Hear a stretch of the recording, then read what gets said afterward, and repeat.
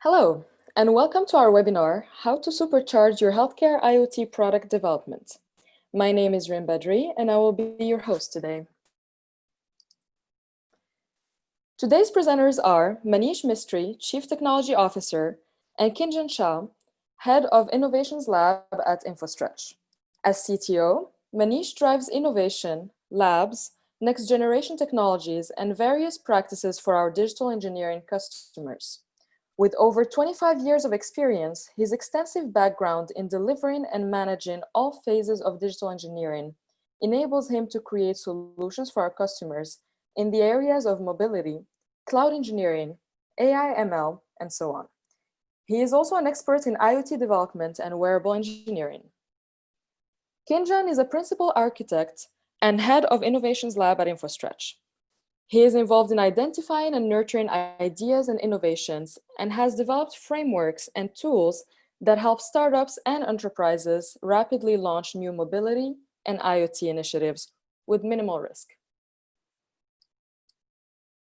And before we begin, let me review some housekeeping items. First, this webcast is recorded and will be distributed to you through email to share with your internal teams or watch it again later. Second, your line is currently muted. Third, please feel free to submit any questions during the call using the chat or Q&A function. We will answer all of them towards the end of the presentation. We will do our best to keep this webinar to the 45 minutes time limit. At this time, I'll turn the presentation over to Manish.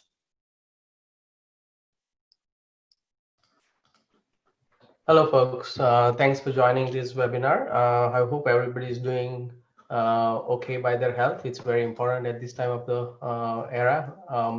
So agenda-wise, what we'll cover today is IoT. It's a big subject by itself, right? So there's an industrial IoT, there's a consumer IoT, there's a healthcare centric, and there are wearables. Sometimes I wonder, is IoT the right thing? Because we are in an era where everything is connected. So we'll talk about how a typical architecture as a landscape we approach towards, right? Then how do you look at your complete product development life cycle? We'll talk about that. There are certain things which many companies have developed on their own. We also have developed on our own, which gives you a good acceleration to take your IoT products or medical health device products or anything which are having similar architecture and accelerate them to take it to go to market much faster and of course much cheaper. We'll talk about few of the other things which are necessary requirement, and then how do you expertise using automation. So we'll talk about that also. So let me see if I can change the screen. All right, it can. All right, so let's look at the typical landscape or kind of a typical reference architecture, the way we call it, right?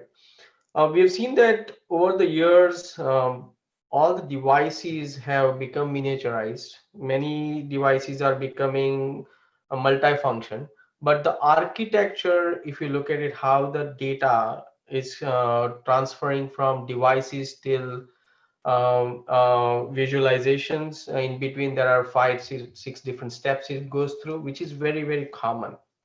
So you may, in the process of developing either a hardware or a firmware on top of it, which may be communicating over multiple different protocols. It could be Zigbee, it could be BLE, it could be Wi-Fi.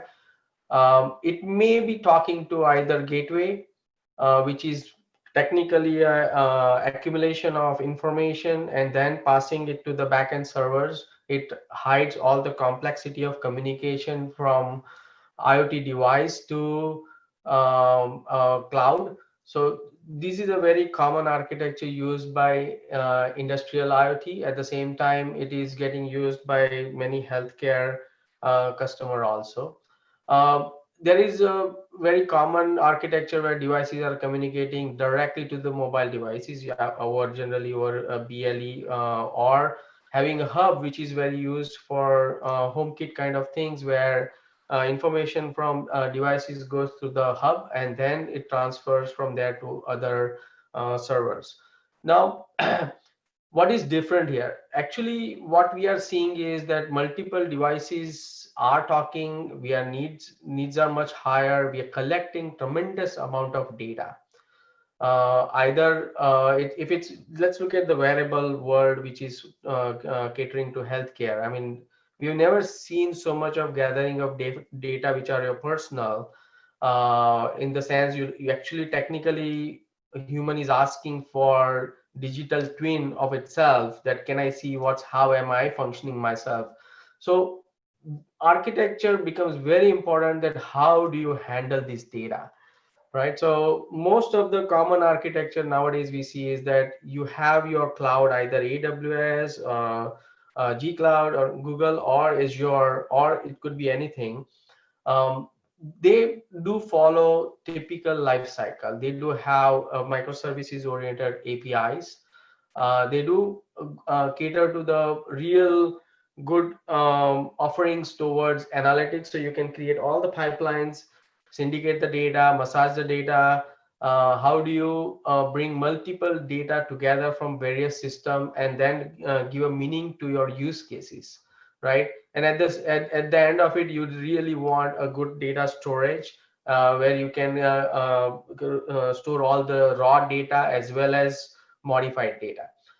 Now, from this, we see that web portal and mobile applications are deriving. How do you want to manage the data? How do you want to display the data? At the same time, we see the huge value which everybody's asking for is the visualizations. So while doing this, it's very important to remember that there is no typical mindset framework which caters to everything, either from development or automation perspective, right? So you people are creating different silos of development. It becomes hard to see to it that they are much faster, rapid development. At the same time, how in your agile process, if I develop something on one piece, how it impacts the other piece, the end-to-end life cycle becomes extremely hard to manage. And this is a very important consideration as we move towards, especially on the IoT side of the world, as we have more devices. Another which trend we are seeing is that most of the companies are having portfolio of not just one device, right? They have a roadmap of multiple devices. Now, how do you containerize your whole gateway modality? How do you containerize your cloud modality, right? At the same time, how do you give the visualizations to the user? So that also becomes extremely important strategy. What we are seeing is the way we have microservices developed over cloud over the period of time. We are seeing the similar structure developed either at gateway or at the data visualization layer, where you have micro applications getting developed. And this is a very becoming standardized, because you can add and remove different types of applications. You can actually show multiple devices to customers. If they have connected to, let's say, your phone, you can see only the devices which they are connected. At the same time, you can see the data related to that devices as well. So in a nutshell, end-to-end topology, which is becoming very crucial in how you architect your IoT roadmap. How do you visualize your data? Let's see if I move to the next slide. All right, it's taking time. Now, next I want to go, let's see why it's not moving. All right, okay. So what is a typical, I mean, everybody who's been through the PDLC or SDLC life cycle, right? Everybody knows that what is important, but I would like to still ponder upon few things which are important here, right? As we move towards more and more complex IoT devices, one of the biggest challenge happens is, do I have a thick edge or a thin edge? In nutshell, do I have a lot of processing power on my IoT device itself, or can I offload my I transfer all the raw data and offload all the computation power to either to the gateway or to the cloud. So this is a classy debate which has been happening since multiple years, and there is no single answer to it. But we do like to have a really good strategy how you are trying to go after your market. Or is the cost impact is very high, then you want to have a very very thin edge. Now there's a too much of computation needs to happen upfront, then you want to have a thick edge. So I mean, also it becomes complex. Is that do you want multi-core CPU on the IoT device? You want single core? You want CPU at all or not? Multiple things are in place. How many sensors you want? What type of data you want to capture? So strategy becomes very important. At the same time, business alignment becomes very important, and we really try to see to it that we want to look at all aspects together before you even start. Blueprinting your device or creating your cloud infrastructure. Right now, as we move towards product development of design becomes a very important. For example, if it's a health device which is let's say for example band-aid kind of device which is becoming very norm nowadays for multiple healthcare based devices. Now have you thought of how where it's going to be? Have you thought of what kind of allergic reaction a human will have when they put it on the body? So many the such criteria goes on, and it becomes extremely important to go through each and every part of it. Second piece, which is really, really important, is algorithm development, right? And algorithm development is the key. Now, how do you figure out my algorithm is right or wrong? Right. So I mean, we know that most of the use cases which we try to solve are usually done in some different ways. So what we try to do is what we call them as ground truth validation.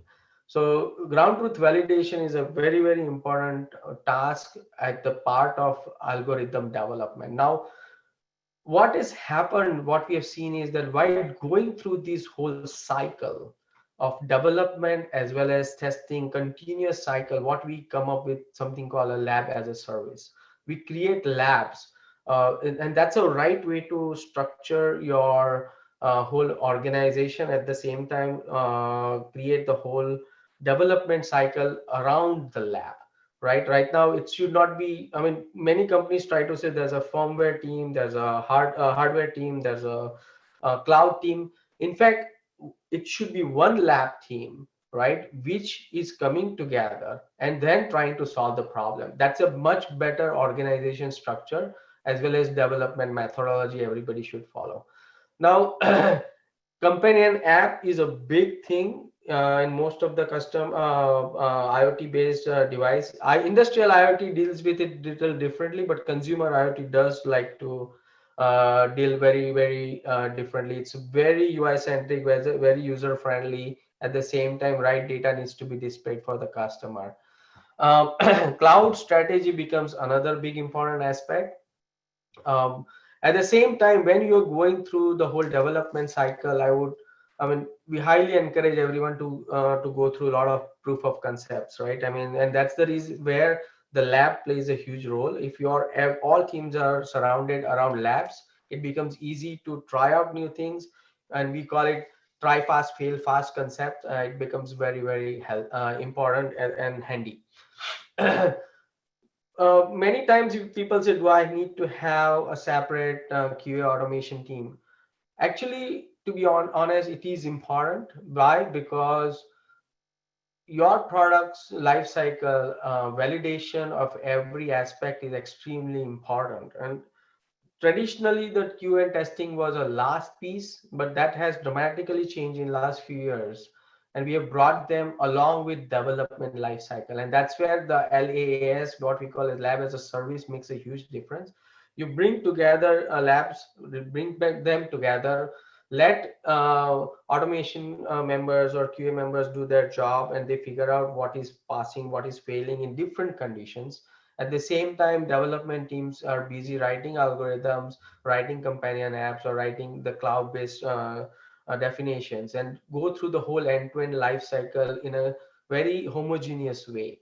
Of course, as we move towards the maturity of the product life cycle, we like to do many different types of testing, whether my cloud can scale or not, my data is accurate or not, can I do some simulated testing before I go live. Many different scenarios you want to produce. If the communication breaks down, what will happen, etc. So there's a whole plethora of things you want to do, which we may not have thought of during the whole development lifestyle. But this is where we catch a lot of issues which could arise because of this. Now, during all this life cycle, we may find that there is not one single automation framework which can cater to everything. And it's important to think through the whole automation so that any change happening at one piece of it, which is distributed systems, how it can actually impact an other area up to the level where either user centricity or data centricity, and see whether it's working or not. This is very important aspect to do the whole end-to-end life cycle testing on a continuous basis. Now, as we move forward, I would like and double click and deep dive into this. I would like to bring on Kinjan to take you to the journey. What are the different activities to be performed? Right. Thanks, Manish. So, as Manish mentioned about the product life cycle, like, what different areas that we need to focus on. There are other things that we need to also focus on, which is like, how do you look at your activities, right? This is a huge, like, you are at least touching 5 to 7 different technology layers. How exactly you plan your project? So, any IoT project, we have seen that, at least there are different 5 to 7 different projects that are internally running, and then, you have multiple teams talking to each other, working with each other, and all that. And it's very important for us to kind of, look at those activities from like a very high level, and then we drill down to the project level. So that's what this activity layer is about. That, okay, what different firmware layer, even in the firmware development, we have like 3 different areas that we have to focus on. The first thing is, how you are actually looking at your sensor interrupts, how you are collecting the data from the sensors, how you are actually, processing all the data. So there are certain algorithms or business logic that you'll have to actually write on top of, firmware that goes on your device. And then, firmware will also have to take care of the communication of those data and communicating with the outside world from the device, which is, it could be your hub or mobile application, or directly a gateway. So that's one thing which we, call as a product development lifecycle, or embedded product development lifecycle, where, these 3 major activities has to be taken care of.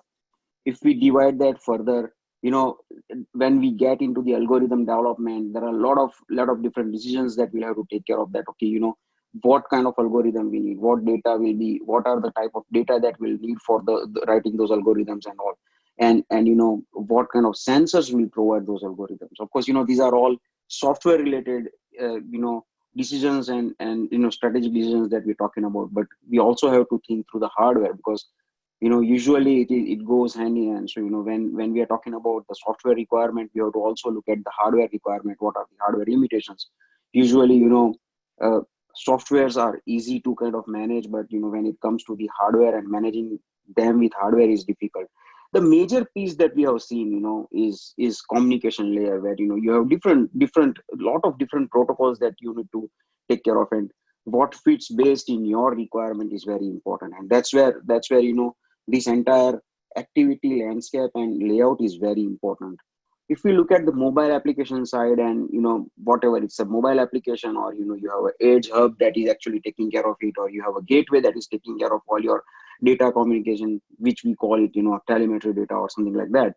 How do we actually plan that? What all different ways the device can communicate with outside world, or device can be controlled from outside world, right? So both the things that we have to take care of there.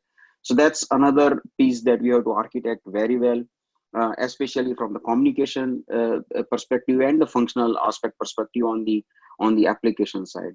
And then, of course, underneath, we have to also take care of all the analytics that you need to implement, because Once device is out in the market, we also want to kind of see how device is behaving in different conditions and with different user types. So those are the things that we must plan and decide that okay, how exactly we do that. And then of course the entire cloud management, where we want to manage the data that we are receiving. It's a huge data, so if we don't plan it better, it's really difficult. So it's better that we plan it upfront and think through how exactly that should be. So architecture is very important over there. And then of course we also have to look at the visualization piece, because that's how we can provide the meaningful visualizations to the different user groups. So this is one thing. So in if we look at the overall activities and how do we want to kind of strategize these, there are two different life cycles that we are working on, like embedded product life cycle and the systems development, which is a regular SDLC, we can call it. So this is one landscape. So while we are looking at one perspective where it's the technology perspective, there's another perspective that is important. Yeah, which is how this will work in the operational world, right? So let's say uh, which stage we are at for the product development. So let's say if we are starting from the concept design and prototyping, that's the first step, where we just have an idea of a few paragraphs, and then we want to start with that, what different activities we need to plan. And it's very important. Typically people say that in an R&D we don't need to plan things, and we always believe that in R&D and innovations you have to plan better, otherwise all your budgets are used and you are not getting anything out of it. So you have to be more cautious when it comes to the innovations and R&D, because you have to be very, very cautious about what you want to spend and how you want to spend. And that's one thing very important. We need to kind of understand what are the architecture that we want to implement, what will be our MVP, what will be our kind of what should be our MVP that proves our concept, and then how we build on top of it, what we need to take care of now versus what we can develop in the later stage when we actually get to the product level. So those kind of prototyping and all those activities that we need to do when it comes to device development, we also need to find out that okay, what kind of sensors we need, what kind of hardware we need. As Manish mentioned earlier, that what CPU, what kind of microcontroller we need, how many cores of microcontroller we need, why we need that many cores. Because the moment you add up to core on the microcontroller, you are also looking at the power, what will be your power requirement and all that. So those kind of things very important. We need to kind of plan it properly before we actually jump on to the actually even developing the prototype. What kind of boards will be easy to available, easy, what is the life cycle of those boards, what are the new boards that are coming up, what new protocols or technologies that are coming up, a lot of those areas, right? When we get into the next phase, which is your development and integrations, this is where usually we see that there are 6 or 7, at least minimum 6 to 7 projects simultaneously running. And very important for operational team to make sure that all those projects are running in simultaneously and achieving meaningful requirements. And that's where you need to kind of plan it better, because this is not just one project that is scattering everything. So there is firmware development going on, there is interface application development going on, there are hardware side, there are a lot of areas that we need to take care of. Cloud application development is going on. You have to also do the IoT platform integrations. CI/CD is another thing probably you need to implement, because that makes sure that everything that you are developing is going right and all. So those kind of things you need to plan really plan your activities and projects properly.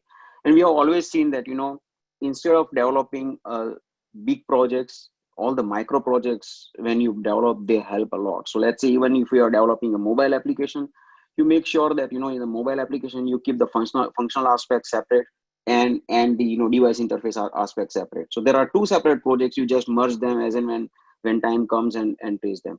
Basically the idea is you make it as micro project as possible. Everything should be micro project, planned in such a way that they are like you can track them properly, and then when time comes you can kind of start all the integrations together. So that's another area.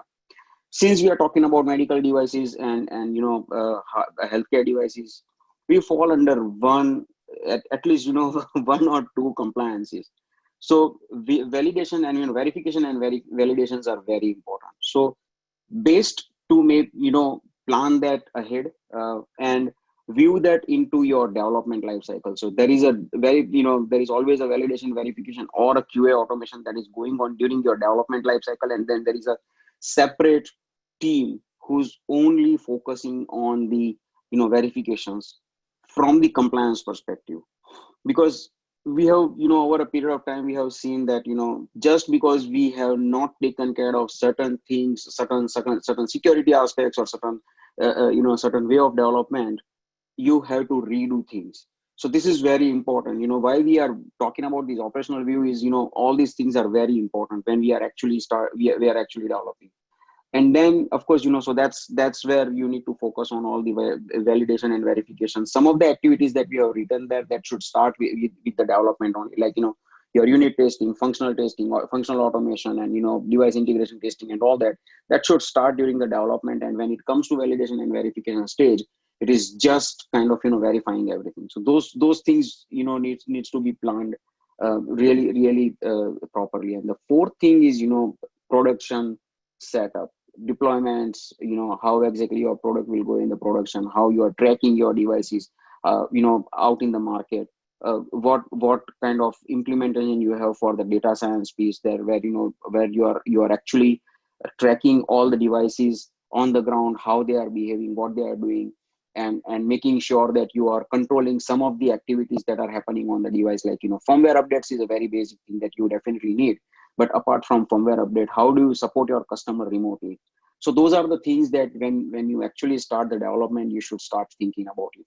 Most of the companies we have seen that, after first product launch, they realize that, okay, now this is something that will be really important for us and we have to look into it. But the idea is we should look at it from the start. So if we look at the Infostretch readiness now, this is where we come in knowing all these different pain points and pains that are happening during the product development life cycle. We decided that let's build some frameworks that can be handy to our clients and when we are actually getting into the development. So the first thing that we did is let's look at the entire mobile application, because this is a big piece. Whenever it comes to interface, the device interface with outside world, or especially when you are developing a companion mobile applications for your devices, it's very important that this entire DLE interface is managed well. And you have 3 or 4 different versions of devices, and you want to support all of them on the mobile application. If you do all the development from scratch, it's very difficult. Instead, if you have some kind of SDKs or accelerator that we call it a framework, it's available. It's very easy to kind of just do the configuration and you are good to go. So that's one thing that we have done, and I'll talk about it in a bit. The second thing is as we talked about the analytics, right? So if your devices are already in the market and you want to track all the devices, so we have entire monitoring framework. And this is not just a monitoring like a simple analytics. This is more like all your errors that are happening, and what kind of conditions it is happening, and all the user journeys, how exactly users are using your device, and if you want to kind of understand what functionalities are used most and what functionalities, which kind of conditions, which kind of scenarios on the device that's throwing errors and all that, you can do that. So that's a monitoring framework. We'll deep dive a little bit on that. Labs as a services is another area that Manish will definitely talk about, where you need the HS with the human subject validation, clinical trials and benchmarking and all that, how exactly you manage that.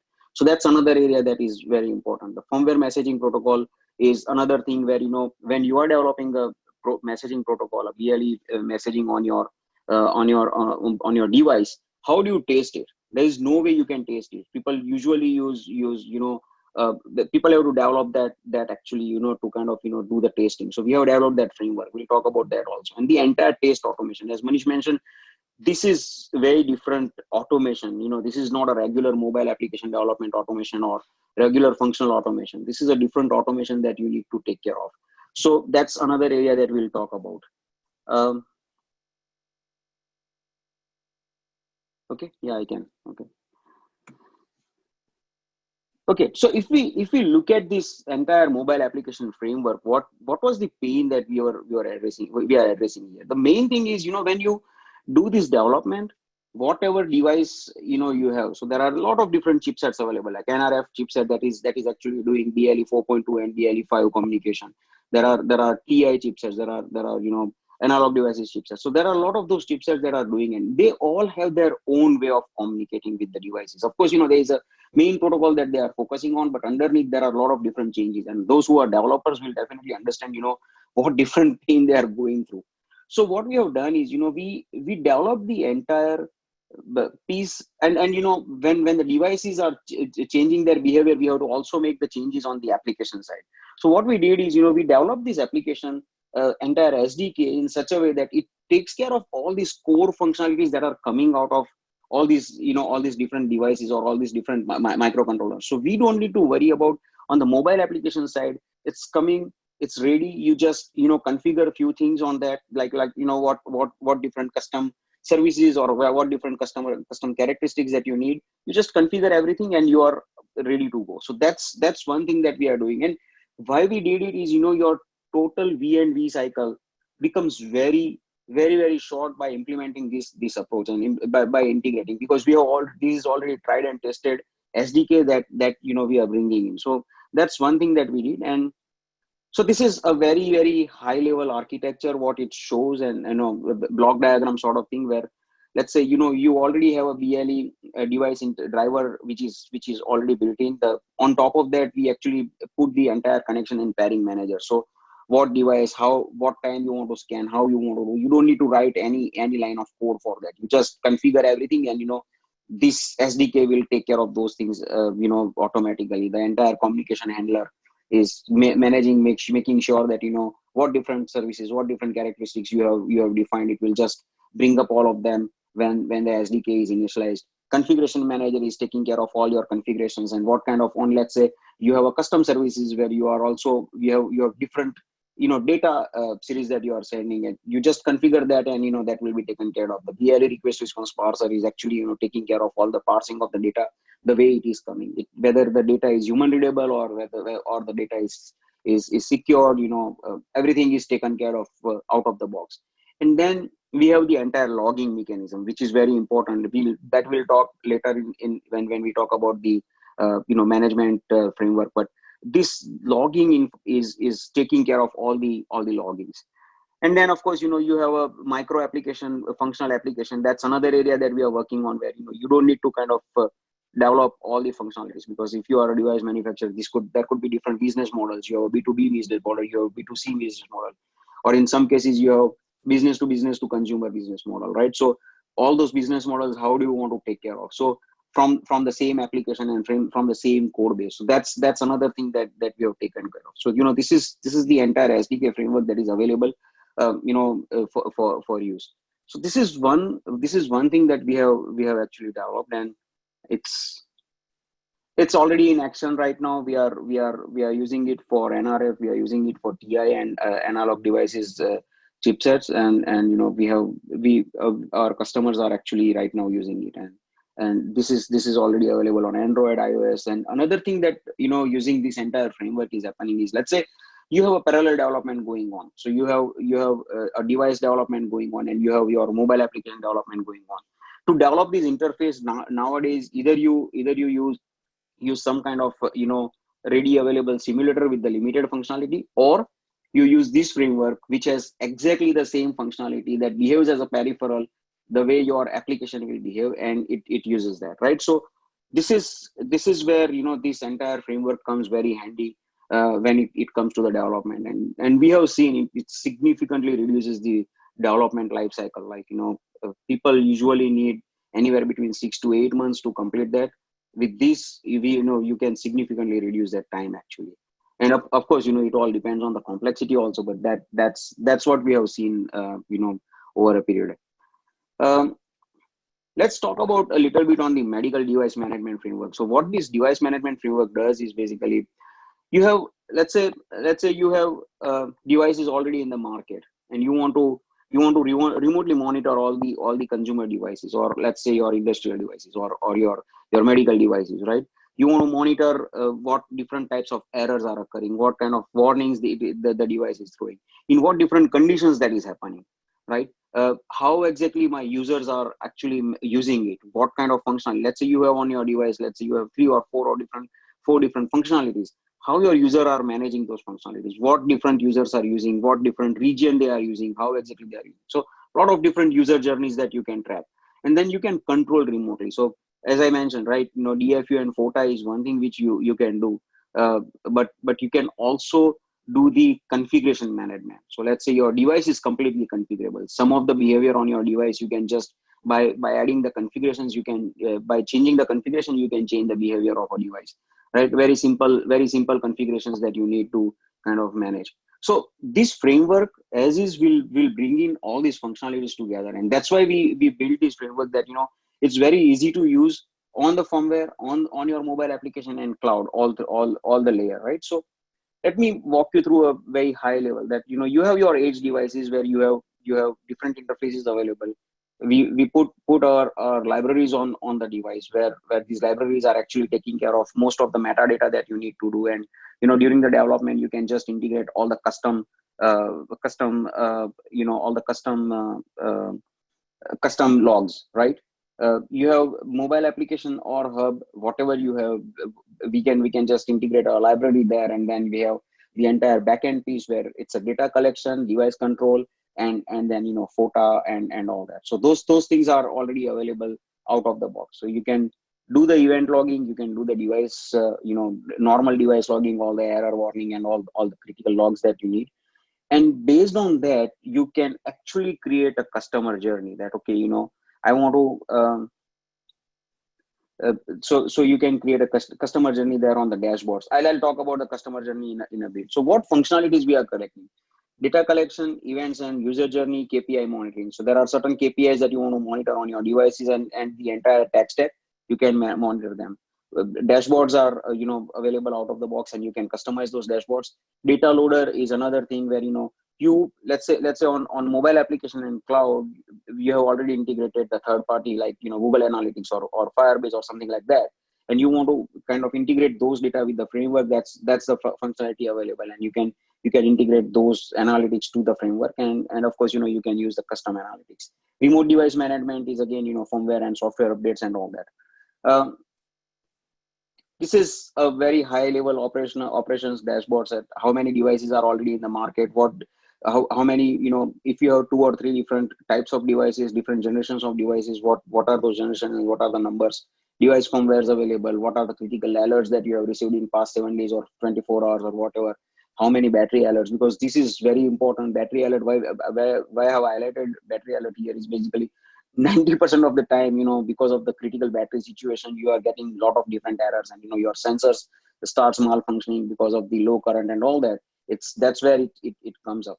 The user journeys are something where you actually look at how different types of journeys that you have, like during the device, if your device is doing some kind of functionalities, what different functionalities are used, where the functionalities are completed, where the functionalities were broken, you can check that, right? And you can see how that has worked. And this is event logs, overall event logs, like whenever there are certain event happen, what these are the different metadata, what was the battery level, what was the RSSI level, what different journeys it has broken, those events have occurred and all that, right? So that's another view that we give you. This is complete user journey. So let's say your device connection is one journey, your stimulation ramp, let's say there is a stimulation, or there are some therapies that your device is taking care of. So those are the kind of different journeys that you can take care of, and you can define these journeys, right? You can customize these journeys just by tracking the events between, so start event and end event. And then you can say that, okay, between these events there are some mandatory events that are coming. You just put that information and it's available, right? So um, yeah, so that's about these two things. Manish, I would like to hand over to Manish for this labs as a service. Yes. So, Yeah, Manish. as we mentioned, right, as a lab as a service, one of the biggest important piece, especially in the healthcare world, is that how do you do human subject validation, right? So here, I'll quickly brush through this, is that we do create labs as required, based on the type of equipments, how do you simulate conditions, etc. But what happens is many times it's important that we actually have to test on actual human beings. Now, this is important at the time of algorithm development. To give you an example, if you, let's say, have a sensor-based stuff, which is goes on your body. Now, body's tone, which is our skin color, actually makes a huge difference on the sensors, right? Now, so you have to create what are the different ways I'm going to test? How am I going to test at the same time? What type of humans I'm going to test? And that's how you actually make your algorithms much stronger, right? Somehow it doesn't work. Okay. Mm, right.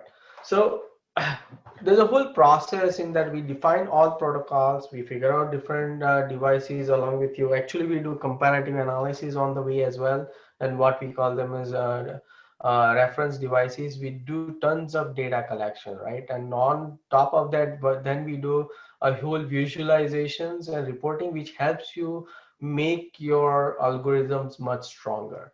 This whole cycle, as I call it, is extremely important, and that's the reason we are very big proponent of creating a lab together, making things happen in parallel, developing parallel, and see to it the whole end-to-end life cycle is managed through this process. So this is just an example how we have done it for multiple of our customers, to give you idea that how we go through different cycles. And it is important that this is a strenuous exercise everyone has to go through.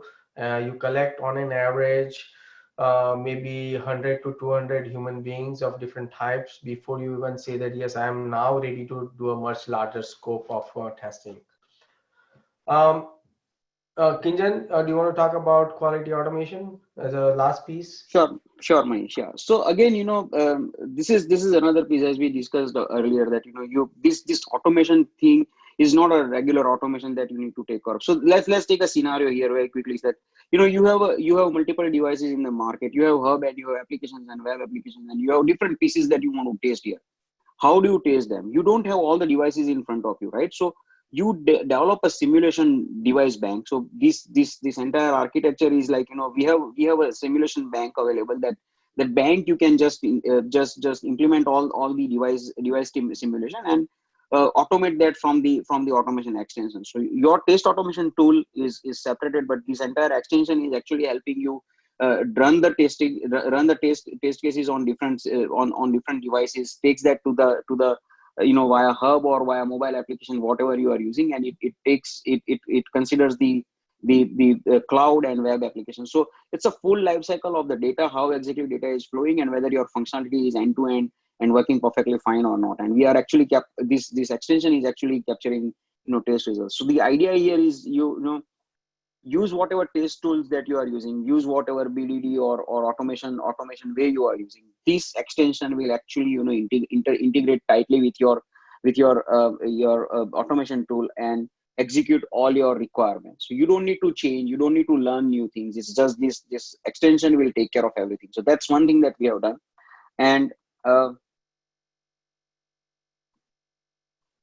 can you move on? Yeah. And this is another thing that we have done, which is firmware protocol testing. So this was very much a need for any devices. So let's say you have developed a device which is communicating to your mobile applications or outside world on different services or different areas. Right now, in a normal condition, all of those opcodes that we call the messaging protocol or opcodes, right? So all the opcodes are not being called. So why this framework is required is, we test all those opcodes, we create a condition on the device using this framework to actually communicate. And we actually test each and every opcode whether the device is functioning correctly or not. And that's where this entire framework is really handy for us. So that's what we have done on this framework. So yeah, can we move on, Ring? I think that's all I have actually. Manish? So coming back to the net, this is where we would like to close and talk. The first strategize exactly how you want your whole PDLC life cycle. what are the needs, at the same time create the whole development environment in such a way that you have an end-to-end iterative life cycle. In this era where teams are very distributed, right, it's becoming even more important to see to it that every member knows what's happening at other places, especially in the initial cycles, and then if they can distribute the work in a different pods, as we call it.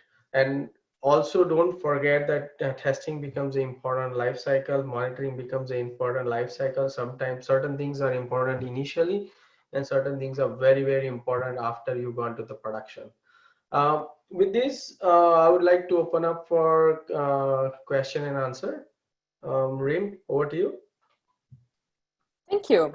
So at this time, as Manish mentioned, we would like to get your questions answered. And as a reminder, you can at any time ask a question using the chat or Q&A function at the bottom of your screen. And I actually have a question here for Manish.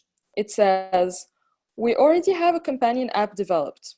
Do you take over the existing code base to integrate your frameworks?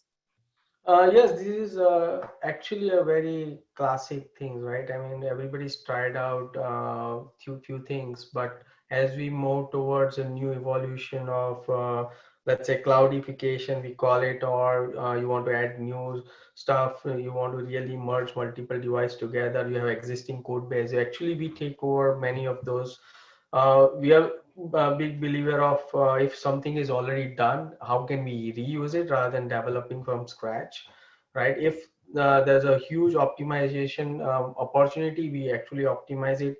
If there's opportunity to make it better, we do that as well. So we usually are very flexible to try to take over, massage it, make it better. And the goal is to see to it that are we moving towards the new generation in a scalable way, more secure way, and much better way. Perfect, thank you. And we actually have another question here that says, is the in-house data analytics the same as the combination of ELK analytics and visualization, or something different? Manish or Kinjan, whoever wants to answer. Yeah, let me take this up. So this is not about ELK is one stack. Definitely, most of the companies where you don't need too many customization, ELK is a best fit for that, where you just take the data and display that, right? And there is not much customization required. This is the best stack to use. But here it's more about customizing your data. So you have to actually allow users to create their own journeys. You have to allow them to create their own custom reports and all that. That's where we need little better tool, and that's what we have used here. It's not a completely ELK stack. Some part of ELK, yes, we have used, but not everything. Perfect, thank you. And there seems to be one third question here, and maybe probably the last one we have time for Manish. It says, we are developing a lifestyle wearable. How can HSV, data collection, and algorithm development play into that? So as I mentioned, right, HSV, or I mean, data collection is the biggest piece in any healthcare wearable, especially, right? Multiple times you have subjects, or we call them humans, are different, which matters. What type of place where your wearable is, that plays a huge role. What are the different condition human is in? So for example, if condition, a person may be sitting and the behavior might change, person is running, the behavior might change. So those conditions also plays a huge role. For a couple of customer, what we have done is that because it was extensive patch development on the human body, we actually created a humanoid kind of concept where it will test out multiple devices in parallel and see in different behavior or position of human in automated way, how will it work out. And this is a continuous process as a algorithm fine tuning.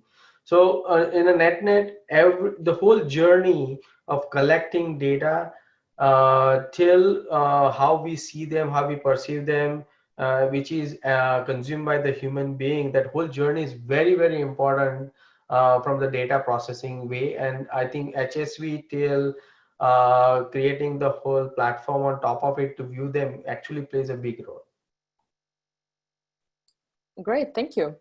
Looking at the time, I think we might have one more question we can squeeze in, and this one seems to be for Kinjan.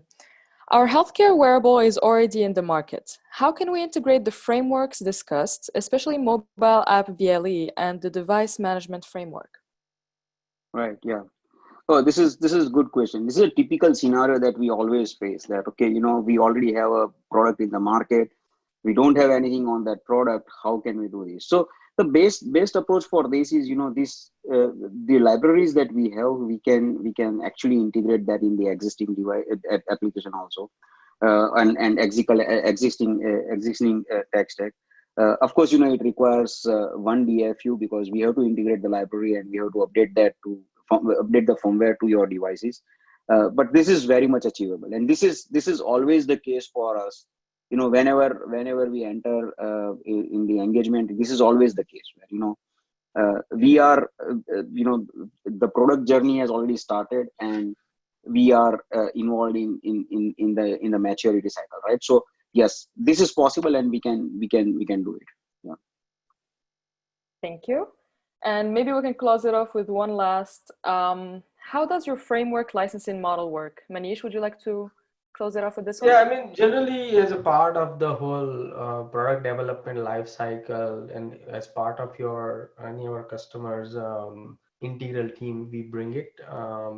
We generally don't charge anything as far as we are part of the whole engagement, and it all depends how much of depth we have to go. Many times we have to customize them, which is a very different activity. We work out with our customer. But in net we are actually open. We work with our customer to see to it that journey becomes much faster, much smoother, and much more robust, and that's our goal. It's not about to make money out of these frameworks. Thank you so much. And I believe that's all the questions we are able to answer at this time. Also, be sure to check out our digital transformation channel, DTV, that brings in industry experts for thought leadership videos on YouTube. Many thanks to our speakers, Manish and Kinjan, and thank you to everyone who joined us today.